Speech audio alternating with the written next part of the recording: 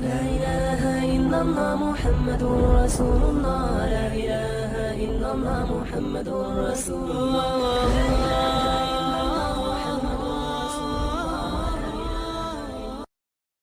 تعالیٰ کی طرف سے جتنی بھی نعمتیں ہیں وہ ساری کی ساری اللہ تبارک و تعالیٰ کی طرف سے ہیں. انسان کے زور بازو کا کوئی کمال اس میں نہیں. جو بھی نعمت ہے وہ صرف اور صرف اللہ تبارک و تعالیٰ کی طرف سے عطا کرتا ہے. جب اللہ تبارک و تعالیٰ نعمت کو چھین لیتے ہیں تو پھر دیکھیں کہ جس آدمی کی بینائی چلی جائے اس سے پوچھا جائے تو وہ سب سے بڑی نعمت اسی کو شمار کرتا ہے کہ نگاہ مجھے واپس مل جائے. کوئی آدمی ہے جو سننے کے لیے اب وہ کان تو میسر ہیں لیکن سماعت سے محروم ہے، تو اب دیکھا جائے اس سے پوچھا جائے تو بتاتا ہے کہ میرے پاس تو جو نعمتیں ہیں ان میں سب سے بڑی نعمت تو سننا ہے جو مجھے میسر نہیں ہے. کاش کہ یہ نعمت مجھے میسر ہو جاتی. تو جو نعمت آدمی سے چھن جاتی ہے انسان کے دل میں اسی قدر و قیمت معلوم ہو جاتی ہے کہ کاش کہ یہ نعمت مجھ سے نہ چھینی جاتی، یہ نعمت میرے پاس موجود رہتی. جتنی نعمتیں ہیں وہ اللہ تبارک و تعالیٰ کی طرف سے عطا کرتا ہے.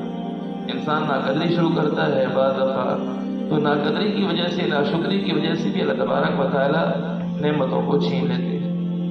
مال کی نعمت موجود ہے، اب اس کا شکر یہ تھا کہ اللہ تبارک و تعالیٰ کی رضامندی والے کاموں میں اس کو خرچ کرتا، اس کی زکوٰۃ ادا کرتا، جس کے اس کے احکامات ہیں وہ پورے کرتا. جب یہ ناشکری کرتا ہے، ناشکری کی کیفیت یہی کہ اس کے احکامات کو پورا نہیں کیا، اب ناشکری میں مبتلا ہوا تو اب اللہ تبارک و تعالیٰ جب اس نعمت کو چھین لیتے ہیں تو پھر اس وقت ہائے ہائے کرتا ہے، افسوس کر رہا ہوتا ہے کہ مجھ سے یہ نعمت چھن گئی. اس لیے نعمت کا شکر ادا کرتے رہنا چاہیے. لئن شکرتم لازیدنکم. جو آدمی نعمت کا شکر کرتا ہے تو پھر اللہ تبارک و تعالیٰ نعمت میں اضافہ فرماتے ہیں، نعمت میں برکت دیتے ہیں. تو جتنی بھی نعمتیں ہیں وہ ساری کی ساری اللہ تبارک و تعالیٰ کی طرف سے.